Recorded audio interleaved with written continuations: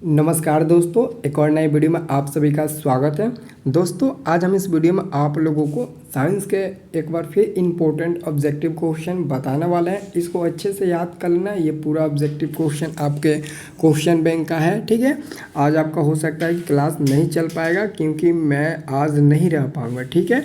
तो अच्छे से आप लोग याद कर लेना, ठीक है। तो देखो, आपका पहला क्वेश्चन है कि प्लास्टर ऑफ पेरिस का रासायनिक नाम। देखो, प्लास्टर ऑफ पेरिस का रासायनिक नाम आपसे पूछा जा रहा है। तो सबसे पहले आपको प्लास्टर ऑफ पेरिस का अणु सूत्र याद होना चाहिए। कैल्शियम सल्फेट और द हाइड्रेट होता है, यही होता है। आप लोग पहले से याद किए हैं।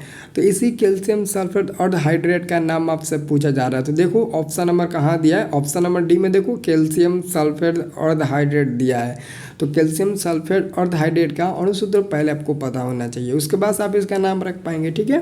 तो याद रखना, डी नंबर वाला होगा। अगला क्वेश्चन हमारा बनता है कि किस विलयन का पीएच मान सबसे अधिक अम्लीय होगा। किस विलयन का पीएच मान वाला विलयन सबसे अधिक होगा। बहुत इंपॉर्टेंट क्वेश्चन है। अम्लीय यानी कि अम्लीय सबसे अधिक कौन होगा? जितना कम होता है उतना अम्लीय ज़्यादा होता है। तो ऑप्शन नंबर ए हो जाएगा, ठीक है। एक्चुअल में सब अम्लीय है लेकिन ज़्यादा अम्लीय की बात कर रहा है, ठीक है। अगला क्वेश्चन हमारा 3 नंबर, इथाइन में कार्बन कार्बन परमाणुओं के बीच कितने सहसंयोजक बंधन होते हैं। तो फाइनली यहाँ पर 3 होगा। इथाइन कह रहा है ना, इथाइन है। और इथाइन का अणु सूत्र हमको पता है, CnH2n-2 होता है। तो इसके अनुसार हमारा इसमें ट्रिपल बॉन्ड बनेगा, ठीक है। अगला क्वेश्चन देखो, अगला हमारा क्वेश्चन है क्यूपराइट निम्नलिखित में किस धातु का अयस्क होता है। तो क्यूपराइट निम्नलिखित में कॉपर धातु का अयस्क होता है। तो फाइनली हमारा आंसर क्या होगा? सी नंबर होगा, कॉपर धातु, ठीक है। नेक्स्ट प्रश्न देखा जाए तो अगला प्रश्न 5 नंबर की निम्न में किसे रासायनिक दूत कहा जाता है। तो रासायनिक दूत हम लोग हार्मोन को कहते हैं। बहुत लोग उद्दीपक पर भी टिक लगा देते हैं, लेकिन यहाँ पर आपका हार्मोन होगा, ठीक है। अगला हमारा प्रश्न बनता है कि पौधे के उत्सर्जी पदार्थ निम्न में कौन से है। तो देखो, रेजिन, गोंद, टैनिन, ये सभी होते हैं पौधे के उत्सर्जी अंग, ठीक है। ये सभी पर ठीक लगाना आप लोग, ठीक है। अगला प्रश्न देखो, मानव हृदय में कितने कोष्ठक होते हैं। तो मानव हृदय में कोष्ठकों की संख्या कितना होता है? 4 होता है ना, 6 5 थोड़ी ना होगा, 4 होगा, ठीक है। अगला प्रश्न क्या है? अगला प्रश्न बहुत इंपॉर्टेंट है। निम्न में से कौन हेट्रोक्राइन ग्रंथि? हेट्रोक्राइन ग्रंथि मतलब कि आपका प्यूटरी ग्रंथि होगा। क्या होगा? प्यूटरी ग्रंथि, जिसको आप लोग मास्टर ग्रंथि भी बोलते हो, ठीक है। नेक्स्ट प्रश्न यानी कि 9 नंबर, ये प्रश्न कहता है कि पौधों में गैसों का आदान प्रदान किसके द्वारा होता है। तो पौधों में गैसों का आदान प्रदान यानी कि अदला बदली, तो हमारा आंसर होगा रंध्र से होता है ना, ठीक है। अगला प्रश्न हमारा बनता है कि निम्नलिखित में कुछ पुरुष हार्मोन, तो इस पुरुष हार्मोन कौन होते हैं। तो टेस्टोस्टेरोन हो जाएगा, ठीक है। आंसर हमारा मिल जाएगा सी नंबर वाला, ठीक है। अगला हमारा प्रश्न क्या है? अगला प्रश्न है 11 नंबर कि प्रकाश संश्लेषण होता है। देखो, प्रकाश संश्लेषण दिन में, रात में, दिन और रात दोनों में कहाँ होता है, कब होता है, ये मैं आपको बहुत ही अच्छे तरीके से बता दिया था। इसका आंसर सब लोगों का आना चाहिए, एक बार नहीं, ये हर साइंस के क्लास में मैं बताता हूँ क्योंकि ये क्वेश्चन बहुत इंपॉर्टेंट है, ठीक है। अगला क्वेश्चन देखो, आयोडीन को निम्नलिखित में किस द्रव में घोलने पर टिक्चर आयोडीन बनता है। तो इथाइल अल्कोहल में, किसमें? इथाइल अल्कोहल में। और आपको शायद पता भी होगा इथाइल अल्कोहल का अणु सूत्र क्या होता है? C2H5OH होता है। ये मैंने आपको बताया भी था, ठीक है। सब आपको मैं मतलब कि एक तरह से देखो तो मैं आपको बताया हूँ, बस आप लोग को गौर करना है, ठीक है। अगला क्वेश्चन, डालडा में उपस्थित वसा अम्ल किस प्रकृति का होता है। तो संतृप्त यानी कि सैचुरेटेड। संतृप्त को हम लोग इंग्लिश में बोलते हैं सैचुरेटेड। जैसा आप लोगों को मैंने बताया था ना कि हाइड्रोकार्बन 4 टाइप्स के होते हैं, 4 प्रकार के होते हैं। संतृप्त हाइड्रोकार्बन, असंतृप्त हाइड्रोकार्बन, एनिलाइटिक हाइड्रोकार्बन बताए थे, और बताए थे एरोमेटिक वाला एक बताए थे ना। तो याद रखना, बहुत इंपॉर्टेंट है। अगला हमारा क्वेश्चन है, किस दर्पण से हमेशा वस्तु से छोटा प्रतिबिंब प्राप्त होता है। देखो, अवतल दर्पण से प्रतिबिंब हमेशा छोटा प्राप्त होता है, ठीक है। अवतल दर्पण से प्रतिबिंब हमेशा छोटा प्राप्त होता है। नेक्स्ट प्रश्न है कि प्रकाश का प्राथमिक वर्ण का मतलब हुआ रंग, यानी कि प्रकाश का प्राथमिक रंग होता है ये 3 कलर, नीला यानी कि नीला होता है यानी कि ब्लू, ग्रीन और रेड यानी कि नीला, हरा और लाल, ये 3 कलर होते हैं प्रकाश के प्राथमिक वर्ण, ठीक है। अगला क्वेश्चन क्या है, तारों का टिमटिमाना प्रकाश के किस घटना को दर्शाता है? तो प्रकाश के अपवर्तन के कारण तारों का टिमटिमाना क्या होता है? प्रकाश के वायुमंडलीय अपवर्तन के कारण। लेकिन वायुमंडलीय नहीं दिया, लेकिन अपवर्तन तो दिया है ना, तो प्रकाश का क्या होगा? अपवर्तन होगा। अब ये नहीं कहोगे ना कि सर जी परिवर्तन होगा, वर्ण विक्षेपण होगा, नहीं, ये सब नहीं, बल्कि प्रकाश का अपवर्तन। ठीक है। अगला प्रश्न है कि लेटेक्स सामान्यतः पाया जाता है। तो ये देखो जी, ये पीपल और पीला कनेर, पीना कलेर और बरगद, ये सब में पाया जाता है। तो मुख्य रूप से देखें तो हमारा आंसर डी नंबर मिल जाएगा। ठीक है। अगला प्रश्न अगर देखा जाए तो मानव मूत्र में यूरिया की प्रतिशत मात्रा, जो हमारा मूत्र होता है, मानव मूत्र यानी कि आपका हमारा मूत्र, तो उसमें कितना प्रतिशत यूरिया की मात्रा पाई जाती है? तो सिर्फ 2%, यानी कि सिर्फ 2% मात्रा मानव मूत्र में यूरिया की पाया जाता है। ठीक है, याद रखना।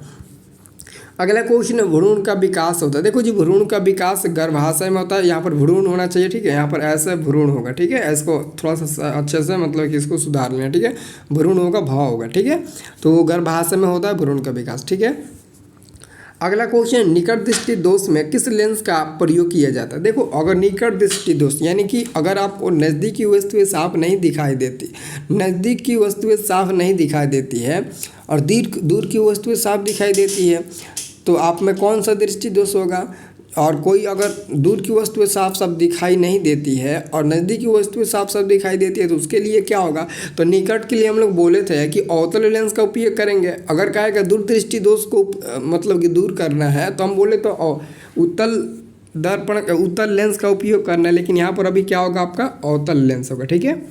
अगला प्रश्न, लेंस की क्षमता का सही मात्रक। देखो जी, लेंस की क्षमता का सही मात्रक, लेंस की क्षमता P बराबर क्या होता है? तो पहले हम लोग जानेंगे लेंस की क्षमता P बराबर क्या होगा। तो P बराबर 1/f होगा। तो यहाँ पर f क्या है? तो यहाँ पर f हमारा क्या हो जाएगा? तो यहाँ पर f हमारा फोकस दूरी हो जाएगा। ठीक है, f क्या हो जाएगा? फोकस दूरी हो जाएगा। और P क्या है? तो लेंस की क्षमता, और इसको हम लोग चाहे तो परिभाषित भी कर सकते हैं कि लेंस के फोकस दूरी के व्युत्क्रम को लेंस की क्षमता कहते हैं। तो यहाँ पर आपका डायप्टर यानी कि क्या पूछा है? SI मात्रा। ठीक है, तो डायप्टर हो जाएगा, जिसको हम लोग एक्चुअली में कैपिटल D से भी सूचित करते हैं। ठीक है, याद रखना। अगला क्वेश्चन है कि एक किलोवाट घंटा किसके बराबर? देखो, बहुत इंपॉर्टेंट क्वेश्चन है कि 1 किलोवाट घंटा यानी कि 1 किलोवाट घंटा। ठीक है, 1 किलोवाट घंटा किसके बराबर होता है? 3.6 × 10⁻6 जूल के बराबर होता है। ऑप्शन नंबर ए वाला होगा। ठीक है, 3.6 यानी कि 3.6 × 10⁻6 जूल के बराबर होता है। ठीक है, याद रखना। अगला प्रश्न है कि प्रकाश का न्यूनतम वेग। देखो, प्रकाश का न्यूनतम वेग को पूछा है ना, तो हमारा क्या होगा? कांच होगा। न्यूनतम वेग कांच में होता है। ठीक है, जैसा कि निर्वात में प्रकाश का चाल बहुत ज़्यादा होता है, आपको पता है। बहुत ज़्यादा मतलब क्या?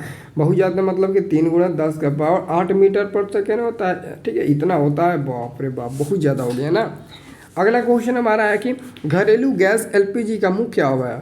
LPG लिक्विड पेट्रोलियम गैस, आपको इसका फुल फॉर्म पता है ना, मैं आपको कई बार बताया था। ठीक है, तो इसका क्या होगा? मेथेन होगा। और मेथेन माने तो यही हमारा मुख्य अवयव है घरेलू गैस के लिए। और इसका सूत्र क्या होता है? तो CH4 होता है। इसका संरचना सूत्र कुछ इस प्रकार से बनता है। और इस मीथेन में मुख्य रूप से सहसंयोजक बंधनों की संख्या 4 होता है। स्ट्रक्चर ये होता है, बहुत इंपॉर्टेंट है ये। ठीक है, मीथेन गैस को प्रयोगशाला में कैसे बनाते हैं हम आपको बताएंगे। अगला क्वेश्चन है C60 C60 फ्लोरीन की आकृति न्यून में कैसी किसके जैसी होती है? तो मैंने आपको बताया था ना, यहाँ पर इसमें कार्बन परमाणु कितना 60 है, और कार्बन परमाणु 60 होने के कारण इसकी जो आकृति होती है वो फुटबॉल की जैसी दिखती है। यानी कि जैसा आप लोग फुटबॉल है, जैसे वॉलीबॉल है ना, फुटबॉल, वैसे ही फ्लोरीन की आकृति दिखती है। क्योंकि मैंने आपको ग्रेफाइट और वहाँ पर मैंने आपको फ्लोरीन और हीरा बताया था। ठीक है, तो मैंने आपको शायद उसमें हम आपको बताया था फुटबॉल की आकृति C60। ठीक है,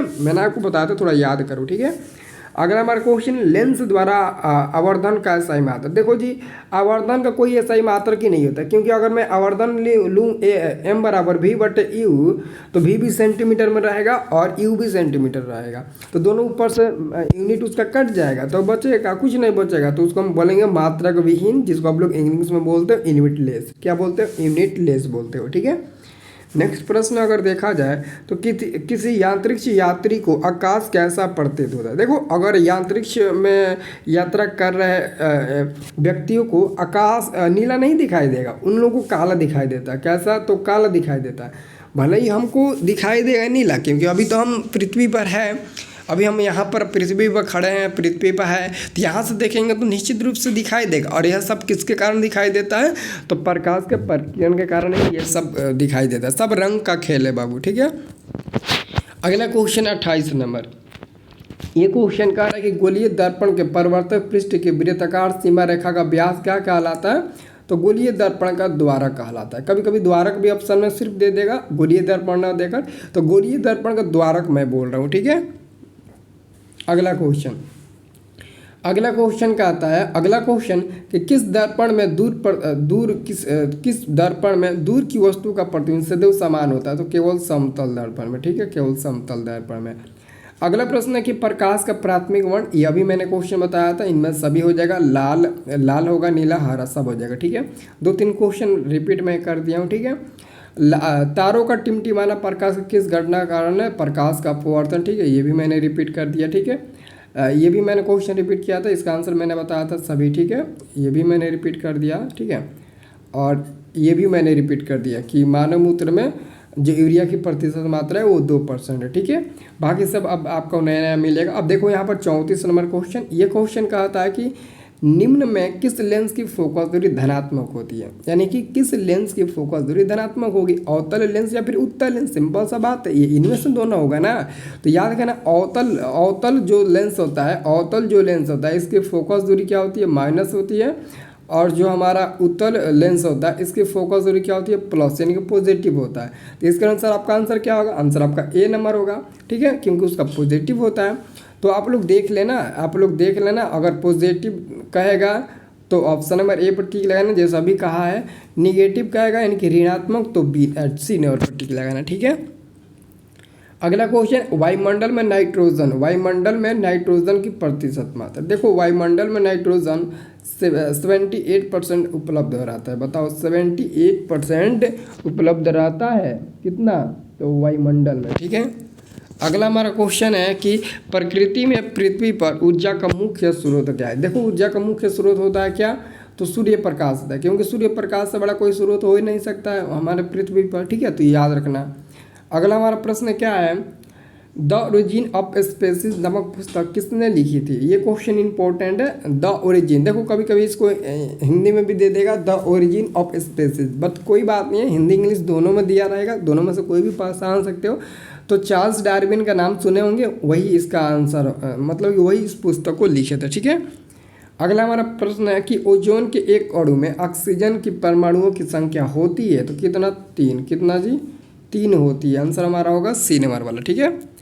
अगला प्रश्न देखो कि कमरे के ताप पर द्रव अवस्था में रहने वाली अधातु। यहाँ पर देखो आपको थोड़ा सा कन्फ्यूजन होगा, अगर अधातु पूछा है तो ब्रोमीन होगा, क्योंकि ब्रोमीन के लास्ट में न आ रहा है। और बोरमीन को हम लोग जानते हैं कि बोरमीन एक अधातु होता है, नन मेटल होता है, और यही नन मेटल, यही अधातु कमरे के ताप पर हमेशा द्रव अवस्था में रहता है। लेकिन अगर गलती से अधातु की जगह पर धातु नाम रख दे तो आप क्या करिएगा? अगर धातु नाम रख दे तो आप लोग पारा पर टिक लगाइएगा, पारा पर टिक लगाइएगा, यानी पारा का सूत्र होता है Hg, ठीक है, याद रखना, बहुत इंपॉर्टेंट है, तो याद रखना, उसका आंसर ये देख देना। अब देखो अगला प्रश्न है कि निम्नलिखित में कौन युग में एकल विस्थापन अभिक्रिया को प्रदर्शित करता है? देखो अगर एकल विस्थापन अभिक्रिया देखें तो आप लोग उसमें खोजना कि कहाँ लोहा दिया है, तो लोहा यानी कि एफ ही, ऑप्शन नंबर डी को देखो तो इसी से आप पहचान पाओगे, ठीक है। अगला प्रश्न आपका है कि आवर्त सारणी में आवर्तों की संख्या, आवर्त की संख्या पूछा जा रहा है, 36 का तार 7 होता है, कितना होता है? 7 होता है, ठीक है। अगला प्रश्न देखा जाए तो पेंटेन कितने संरचना समयावी है? देखो ब्यूटेन के 2 होते हैं और पेंटेन के 3 होते हैं। ब्यूटेन के 2 कौन कौन होते हैं? जैसे नॉर्मल ब्यूटेन के दो होगा, नॉर्मल और iso, normal butane, iso butane. और पेंटेन की बात करें तो पेंटेन के 3 होगा, नॉर्मल, आइसो और नियो। नियो भी आ जाएगा आपके पेंटेन में। तो पेंटेन का हम बोलते हैं 3 समयावी होते हैं, सबका मैं बताऊंगा संरचना सूत्र कैसे बनाइएगा, ठीक है। अगर अगला क्वेश्चन है कि दही में कौन सा अम्ल पाया जाता है। हमको पता है और आप लोगों को भी पता है, दही में लैक्टिक अम्ल पाया जाता है, लैक्टिक अम्ल, क्योंकि खट्टे पदार्थ है तो उसमें तो लैक्टिक अम्ल पाया जाएगा, ठीक है। अगला क्वेश्चन देखें तो अगला क्वेश्चन है कि निम्नलिखित में किस धातु को किरोसिन के तेल में डुबो कर रखते हैं। देखो किरोसिन के तेल में हम लोग सोडियम धातु को डुबो कर रखते हैं। सोडियम धातु माने तो Na को ही हम लोग मतलब कि किरोसिन के तेल में हम लोग डुबो कर रखते हैं, ठीक है। याद रखना, बहुत इंपॉर्टेंट क्वेश्चन है।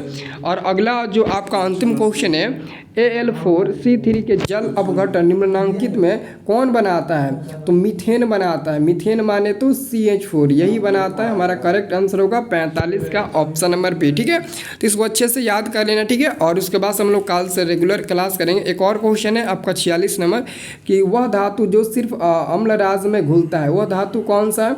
वह धातु जो सिर्फ अम्ल राज में घुलता है। बहुत इंपॉर्टेंट क्वेश्चन है, कई बार मैं आपको बता चुका हूँ, ठीक है। तो अच्छे से सारे क्वेश्चन करके आप लोग याद कर लेना, ठीक है। और जो भी प्रॉब्लम आती है कमेंट करके बताना, ठीक है। और मैथ का मैं आपको सुबह में एक नया चैप्टर स्टार्ट करूँगा। अब आप लोग कमेंट करो कि कौन सा चैप्टर पढ़ना चाहते हो। मैं सुबह में स्टार्ट करने वाला हूँ, ठीक है।